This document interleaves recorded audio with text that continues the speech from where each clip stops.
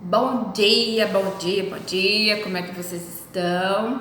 Mais um dia de aula e hoje a gente vai fazer uma pequena revisão para a provinha amanhã. Relembrando que vai cair conteúdo do capítulo 5 e capítulo 6. Bem tranquilo, faça a leitura, refaça a leitura, faz anotações para você responder o questionário direitinho. Então, no capítulo 5, a gente estudou a estrutura interna da Terra.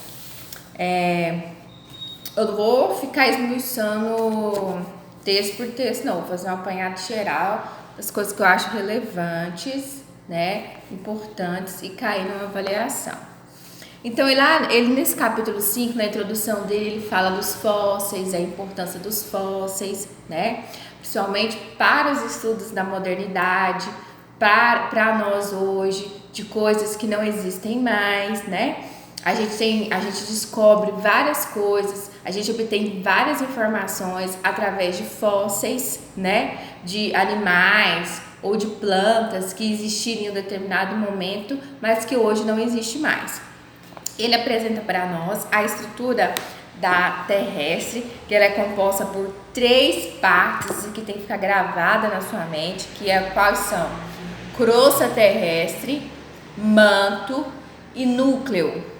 Isso você tem que saber muito bem sabido, como se diz, tá? São as 3 camadas terrestres, né? São as 3 camadas internas, ou internas, 3 camadas terrestres. A mais superficial, que é a crosta terrestre, aí vem a intermediária, que é o manto, e o mais interno que a gente vai encontrar, que é o núcleo.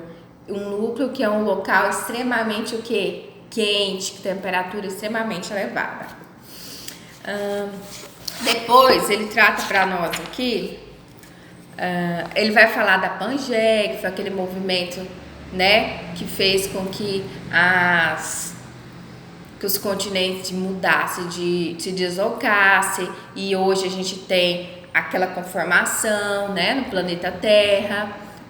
A Pangeia foi o grande continente, né, que era tudo junto, aí depois sofreu movimentação das placas tectônicas, né? E tem essa conformação que a gente tem hoje dos continentes separadinhos, e antes era um único grande continente chamado Pangeia.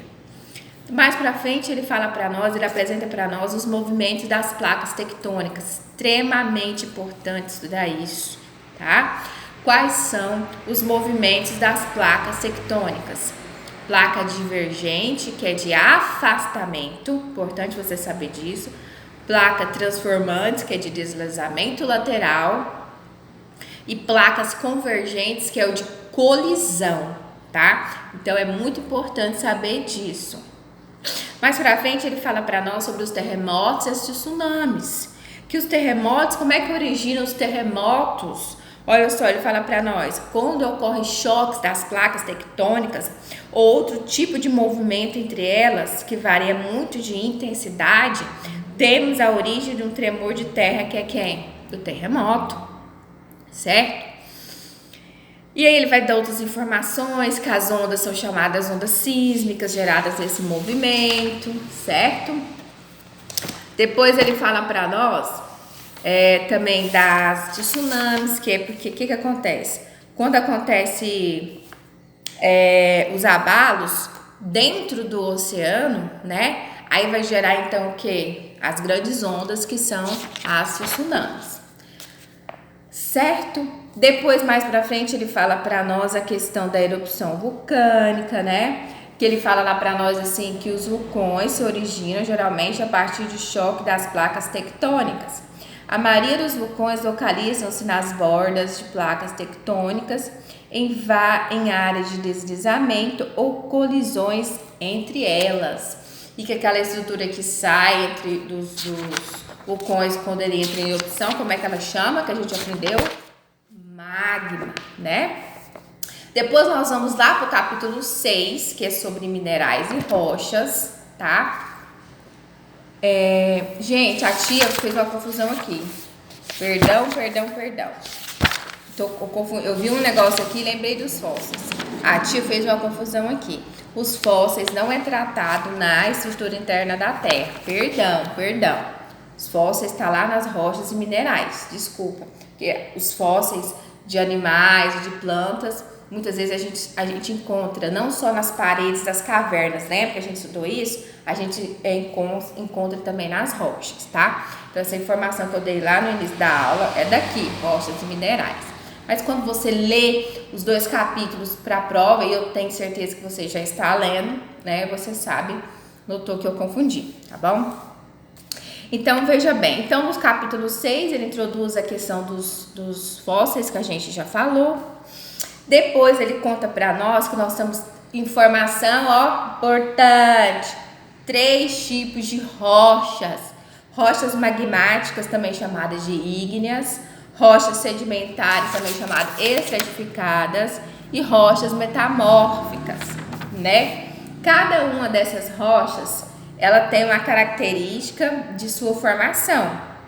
As magmáticas, lembra que o que é? São aquelas que se originam a partir do resfriamento e da solidificação do magma, certo?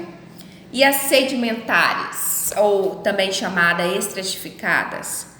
A principal característica desse tipo de rocha é sua organização em camadas, em estratos, camadinhas, né? Olha só, cada camada ou estrato se origina pelos sedimentos de minerais que são trazidos pelo vento ou pela chuva e se deposita em uma rocha o que? Já existente. Então, essa é a característica das rochas sedimentares. E as rochas metamórficas? Metamórficas vem de quê? Metamorfose, transformação, lembra? Diferentemente dos outros tipos de rochas, metamórficas originam-se a partir de uma rocha pré-existente, certo? Quando uma determinada rocha sofre algum tipo de modificação provocada por altas temperaturas ou pressão exercida no interior da Terra, dizemos que essa rocha está sofrendo metamorfismo, ou seja, modificação, certo? Lá na página 53, ele dá uma informação também importante, ó, atenção para essas informações. Ele vai te dar a classificação da rocha, vai te dar exemplos das rochas e qual a utilização. Tenho certeza que isso vai cair na avaliação, hein? Então, vamos lá. Exemplo, não vou ler todas aqui. Rocha magmática, nós temos o basalto. É usado aonde? Na pavimentação e calçadas, das ruas e calçadas. Um exemplo de rocha sedimentar. O calcário, que é usado aonde? Na fabricação de cal e do cimento utilizado na construção civil. Exemplo de rocha metamórfica, por exemplo, a ardósia, utilizada nos pisos e nos telhados, tá? Fique de olho nessa informação também. Por fim, ele apresenta para nós todo o ciclo da rocha, bonitinho, tá? A tia não vai, nessa questão do ciclo da rocha, a tia não vai exigir de vocês essa questão ainda, mas é importante ler para obter alguma outra informação, tá? Então, olha só. Então, estudem, leiam direitinho, prestem atenção nas coisas que vocês estão lendo.